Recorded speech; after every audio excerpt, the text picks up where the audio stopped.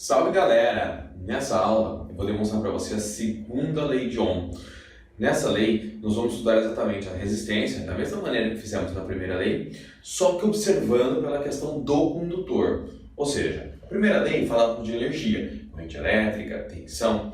Aqui nós vamos tratar sobre o comprimento do fio, nesse caso o condutor, a área da secção, ou seja, a grossura, a bitola do fio, certo? São esses detalhes que importam para a gente agora. Inclusive, o material que é feito esse condutor, qual é a condutividade ou a resistividade à passagem desses portadores, dessas cargas elétricas no fio.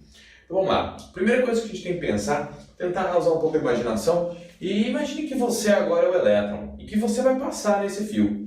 Bem, a melhor maneira de pensar nisso é você lembrar, talvez, daqueles brinquedos que tinha em playground quando criança.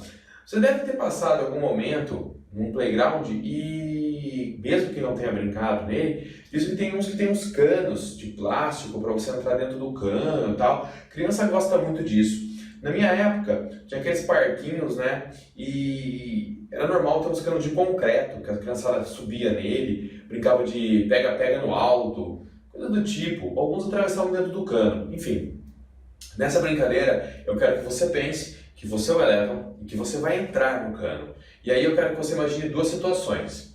Primeira situação, eu vou colocar um cano, aliás, dois canos, de mesma espessura. Imagina que eles têm um diâmetro de 60 centímetros. Ou seja, você vai ter que entrar dentro dele soldadinho e atravessar ele deitadinho. Pô, Jabur, mal entro no cano. Te entendo. Eu também. Cano de 60 centímetros, nego. Passo apertado ali se eu entrar. Mas vai. Entra apertado, mas entra. Então eu vou lá, sofrendo. Agora imagina você sofrendo por passar num cano de 60 centímetros de diâmetro. Só que em duas situações diferentes. Uma, primeiro cano, primeiro fio, primeiro condutor. Ele tem apenas 2 metros. Então você, eu tenho 1,80 m. 2 metros é um pouquinho mais do que eu tenho. Eu tenho 1,82 m para ser mais exato. Então quer dizer, 18 centímetros é a diferença do meu tamanho para o cano. Fica muito fácil de passar por ele. Agora imagina essa mesma situação com um cano de 20 metros de comprimento. Porra, meu, 20 metros. É muito cano para passar. É muito fio para esse condutor, para esse elétron passar. Pensando dessa maneira, então, a primeira coisa que a gente observou, eu dei para você que a bitola, a grossura desse fio, tanto na situação 1 quanto na situação 2, são iguais. Ou seja, eu possuo, nesse caso, áreas iguais. Tá aqui. Segunda situação que eu explico para você. O cano 1 tem um comprimento menor do que o cano 2. Então, o comprimento 1 é menor que o comprimento 2. E o que eu quero que você pense? Na dificuldade, na resistência que você teve nessa passagem. E eu creio que você concorde comigo que o fio mais comprido tem mais resistência, é mais difícil de passar. Logo, eu entendo que o fio 2 é o mais comprido, logo ele tem maior resistência. É importante que você entenda que elétron não gosta de resistência, assim como nós. Eu não quero o caminho mais difícil, eu quero o caminho mais fácil. Se eu posso chegar no ponto A, no ponto B, e se um caminho difícil e fácil, eu quero o fácil, certo? Porque gasto menos energia, é mais tranquilo para mim. E aí, pensando dessa maneira, eu entendo que um fio que tem resistência maior, ou seja, um fio mais comprido, ele possui uma corrente elétrica menor. Então, fios com alta resistência têm menor corrente elétrica. Ah, mas isso é ruim, Jabur? Sim, é muito ruim. O sistema elétrico, o sistema que depende de eletricidade, de energia para funcionar, quanto maior a minha resistência, menos corrente passa, logo menos energia chega no meu sistema. E se eu dependo de muita energia para funcionar, faz muita diferença sim.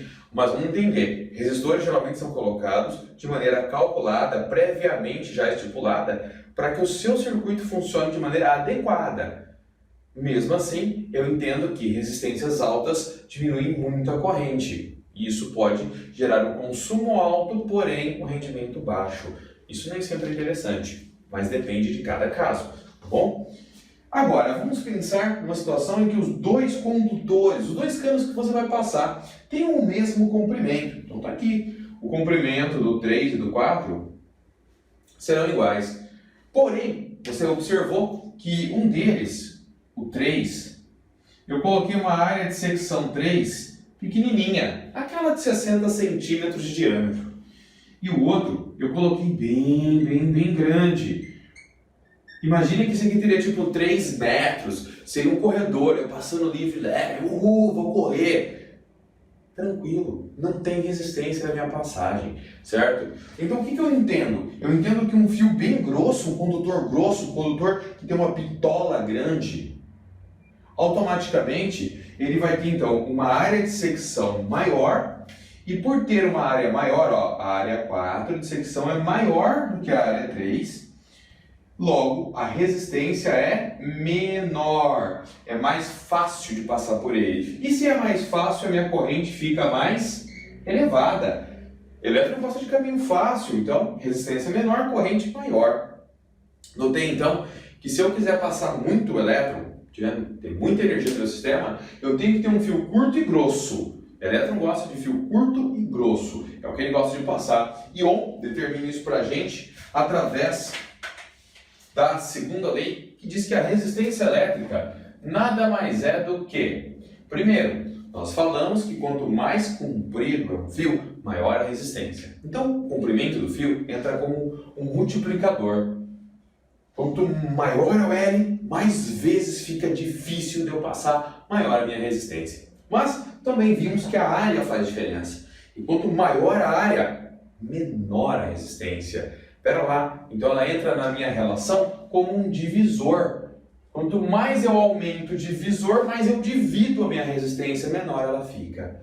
E é lógico, o material que é feito o fio. Nesse caso, nós explicamos o material que é feito o fio, ou a resistividade que ele apresenta na passagem dos elétrons, pela relaçãozinha dessa letrinha grega. Parece um P, né? O nome dela é Rho. Rho representa a resistividade. Não é a condutividade, não confunda. A condutividade é o inverso da resistividade, tá? Então, quanto maior a resistividade, menor a condutividade. E Ohm estudou através da resistência da passagem dos elétrons, tá? E aí, dessa maneira, nós determinamos que resistência é igual a Rho vezes LA, né? Rho, LA, rolar, tá?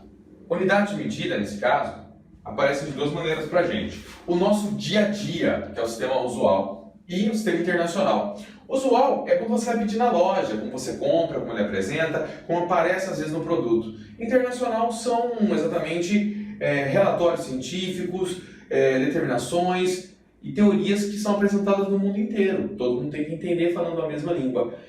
E você vai notar uma coisa, sistema internacional não quer dizer que é o sistema usado em nenhum outro país. Você vai notar que às vezes uma unidade que é usada no Brasil é diferente do internacional, assim como nos Estados Unidos também é diferente do internacional, e cada um tem a sua unidade. Mas na hora de falar de sistema internacional, de apresentar um trabalho, todos apresentamos com a mesma relação. Isso que é importante, tá? E qual a unidade que a gente tem para resistência? Independente de seu dia a dia ou ser internacional, nós apresentamos ela como sendo em ohms. Então tá aqui. Tanto um quanto o outro aparecem em ohms. O comprimento, tanto no usual quanto no internacional, também é dado em metros, unidades iguais. Mas já por não é centímetros, por favor, não confunda um sistema chamado de CGS, centímetros, gramas, segundos, com metros. Por quê? Você não vai chegar na loja para comprar fio, lá me dá 10 centímetros de fio. Não é nem interessante para o dono da loja, que vende materiais elétricos, vender 10 centímetros. O rolo vem de 100 metros. Se ele começar a vender de centímetro em centímetro, ele vai ter muita sobra. Vai ter muito fio que ninguém vai querer comprar. E aí ele tem uma perda muito grande. Isso não é interessante para ele. Por isso que ele começa a vender de metro em metro. Porque aí ele consegue arredondar melhor a sua venda e se tornar mais produtivo. Tá bom? Por isso, usual. Já a área do fio, você vai, se pegar um fio de qualidade, olhar ele em volta, você vai ver que a área dele vem determinada do lado. Vamos a bitola do fio. É a área de secção, tá? Geralmente, ela é apresentada para você em milímetro quadrado. Você chegar lá na casa de material elétrico e falar, quero colocar um fiozinho lá para instalar umas lâmpadas em casa. Agora vai lá para você assim, um fio 1.5. 1.5 o quê? Milímetros quadrados. É o que você precisa. Mas eu vou colocar uma tomada. É uma tomada simples? 1.5 resolve também. Não, eu vou pegar uma tomada que é para micro-ondas, que é um pouco mais pesado. Ah, então pega 2.5 e leva uma tomada de 20 A, que aí você vai dar conta, tá? Então quer dizer, você tem as bitolas diferentes dependendo da corrente. 1.5 é muito comum quando a corrente é menor. Então você pensa assim, o fiozinho mais fino, tem resistência maior, a corrente fica menor, leva a tomadinha de 10 A. Ah não, é mais intenso, é um secador de cabelo, é um micro-ondas, é uma air fryer, enfim, produtos que demandam mais corrente. Então você vai pegar um fio 2.5 porque a área é maior, logo a resistência diminui e a corrente aumenta. Eu falo, leva a tomadinha de 20 A. Por quê? Porque você consegue usar da maneira eficiente. Maravilha. No sistema internacional, a área sempre é em metro quadrado. Beleza, Jabor? Acho que eu entendi. E qual que é a unidade da resistividade? Bem, a unidade dela é o conjunto. E eu vou te ensinar como é que você acha uma unidade quando você precisar. Faz assim, se eu quero achar a unidade do Rho, resistividade, eu tenho que isolar ele no meu sistema. Então eu vou colocar aqui do lado, tá bom? Olha só. Primeira coisa, vou multiplicar isso aqui em cruz, logo eu vou ter que Rho vezes L é igual a resistência vezes a área. Dessa maneira, eu passo meu L dividindo e eu posso falar que Rho é igual a resistência vezes a área dividido, nesse caso, pelo comprimento. Tá aqui, ó, tudo bonitinho, certo? Agora eu vou trocar pelas respectivas unidades que eu desejo determinar. Por exemplo, eu quero determinar no sistema usual. Então eu vou usar as unidades do sistema usual. Rho é igual a Ohm vezes milímetro quadrado sobre metro. Ah, não dá para cortar, Jabor, nesse caso? Não. Se ele aparecer para ti, ele vai aparecer como ohms milímetro quadrado dividido por metro. Agora, se fosse no sistema internacional, ficaria um pouquinho diferente. Olha só. Se for no sistema internacional, eu trocaria, em vez de eu colocar milímetro quadrado, eu colocaria área em metro quadrado. E eu ficaria com metro quadrado dividido por metro. Feito isso, corto aqui. A minha unidade do Rho ficaria exatamente Ohm vezes metro. Vou vir aqui, trocar, substituir por aqui. Logo eu tenho que a minha unidade do sistema internacional seria ohms vezes metro. Tá? Essa seria a nossa relação principal da segunda lei de Ohm. Na sequência, eu vou passar para você um caso de funcionamento, onde se aplica isso no dia a dia. Nesse caso, no chuveiro, ok? No funcionamento do chuveiro, nós temos que entender primeiro como é que seria o sistema de resistência dele. Então, olha só. O teu chuveiro, ele tem uma entrada e uma saída, e dentro dele tem uma resistência. A parte que você vê tem uma chavinha seletora, que você pode mexer de um lado para o outro. Alguns chuveiros vêm verão, outono e inverno. Outros vêm 1, 2, 3, 1, 2, 3, 4, 1, 2, 3, 4, 5, 6, 7. Outros vêm uma graduação, né? Vem azulzinho, verdinho, amarelinho, laranja, vermelho. Contínuo, né? Sem fazer tec-tec. Outros têm o digital, né? Você escolhe a temperatura do banho que você deseja. Enfim, são vários caminhos diferentes, mas todos têm o mesmo princípio. Aumentar ou diminuir a resistência elétrica para mudar a corrente elétrica. E quando eu mudo, eu automaticamente dou mais energia ou menos energia para o sistema. E quando eu dou energia para o sistema, quanto mais energia, mais aquele mesmo volume de água vai esquentar. Essa é a ideia. Tá? Então eu preciso dar energia. Quanto mais energia, e esse é o princípio que eu tenho que pensar. Corrente elétrica, energia. Tá bom? Primeiro ponto da chave, nós colocamos aqui no ponto 1. O que eu entendo? Eu entendo que todo chuveiro ele é ligado exatamente numa tomada. Então você tem aqui um buraquinho delas. É o ponto A, que é onde vai ligar o primeiro fiozinho, o ponto A. E vai passar a corrente, e vai voltar para o outro buraquinho, que é o ponto B do meu sistema. Tá? Essa é a ideia. Quando eu ligo o meu circuito exatamente no 1, o que acontece? Primeiro que o circuito fechou. Só vai passar corrente elétrica quando o circuito fecha, tá? Circuito aberto não passa corrente elétrica. Então, fechei, tá? Isso geralmente acontece quando você abre a torneira, a água vai inflar uma boia, ela vai subir e vai encostar essa parte elétrica para que ele funcione. E aí, a corrente elétrica começa a passar. Sai a corrente elétrica aqui, vai passar exatamente, entrou no chuveiro, aqui ó, entrou no chuveiro, ela vai passar, vai dar a volta, você colocou a chave no ponto 1. Logo, ao chegar aqui, o teu elétron faz isso. Ele dá a volta, volta aqui para o meu circuito, passa aqui pelo ponto B, tudo bonitinho, tá? E volta para a minha tomadinha. Esse é o caminho que ele fez, tá? Aí eu falo, não, Japur. Eu quero passar para outra posição do meu chuveiro. Alguns, lógico, que hoje em dia tem aqueles negocinhos de rodar, né? Que antigamente o pessoal que era menorzinho sofria. Ele fica pulando, batendo, uns pegavam o rodo, shampoo, espancavam o chuveiro. Deus me livre. Aí vai falar que o chuveiro era ruim. Ah, chuveiro é ruim, não entra nada, quebra à toa. Tadinho, né? Apanhava, não sabia nem porquê. Hoje não, hoje tem umas varinhas compridinhas, né, para rodar.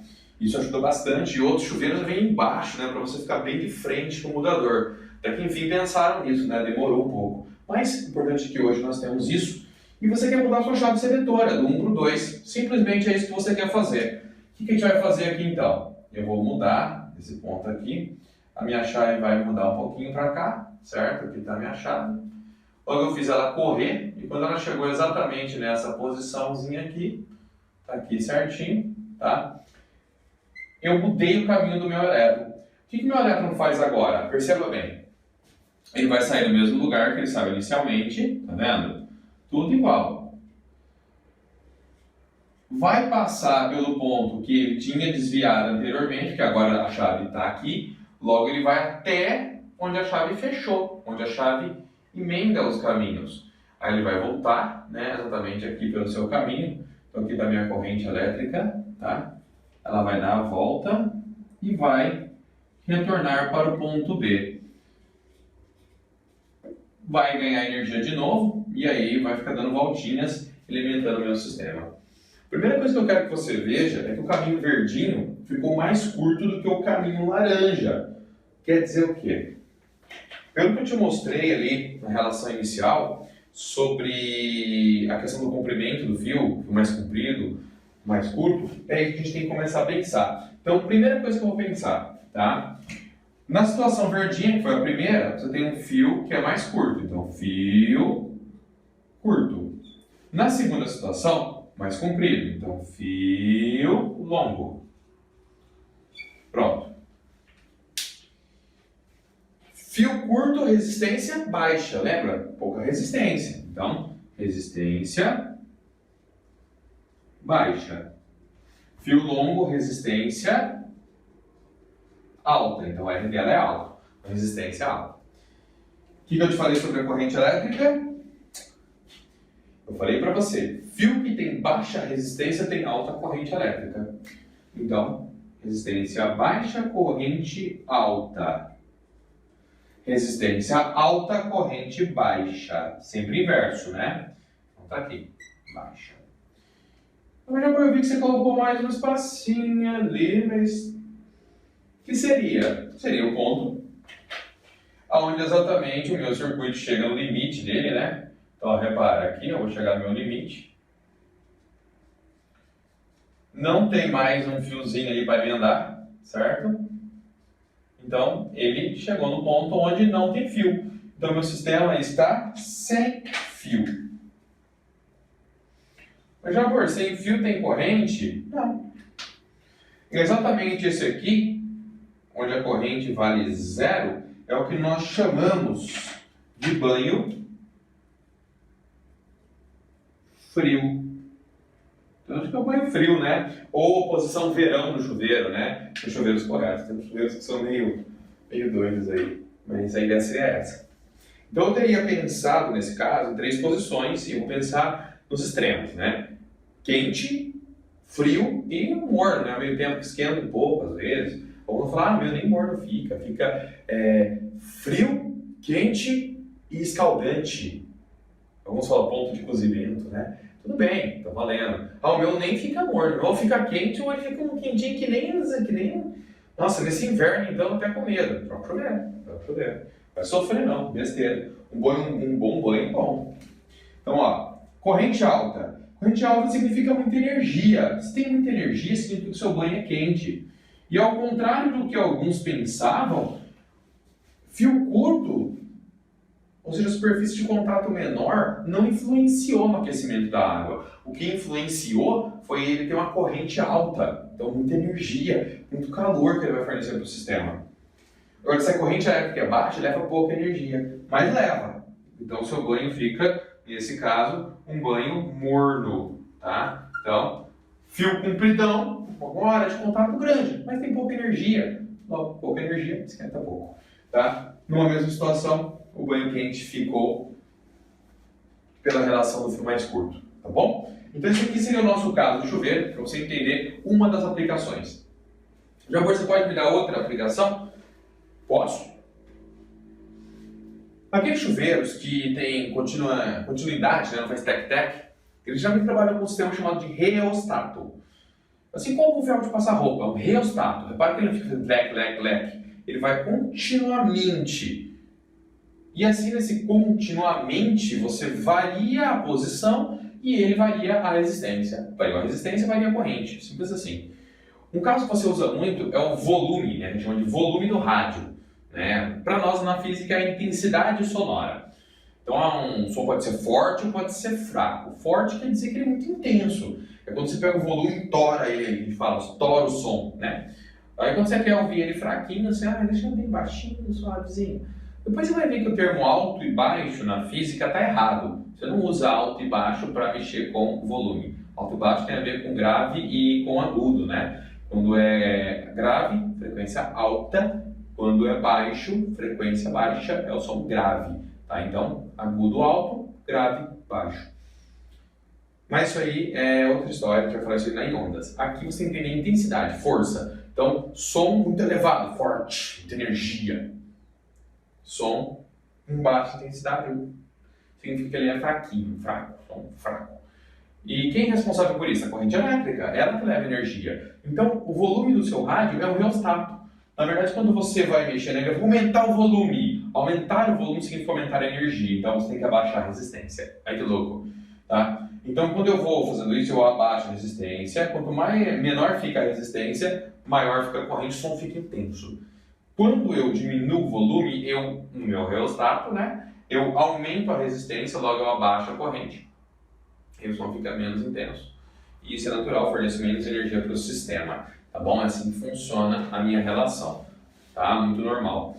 Ok, gente? Tranquilo para vocês?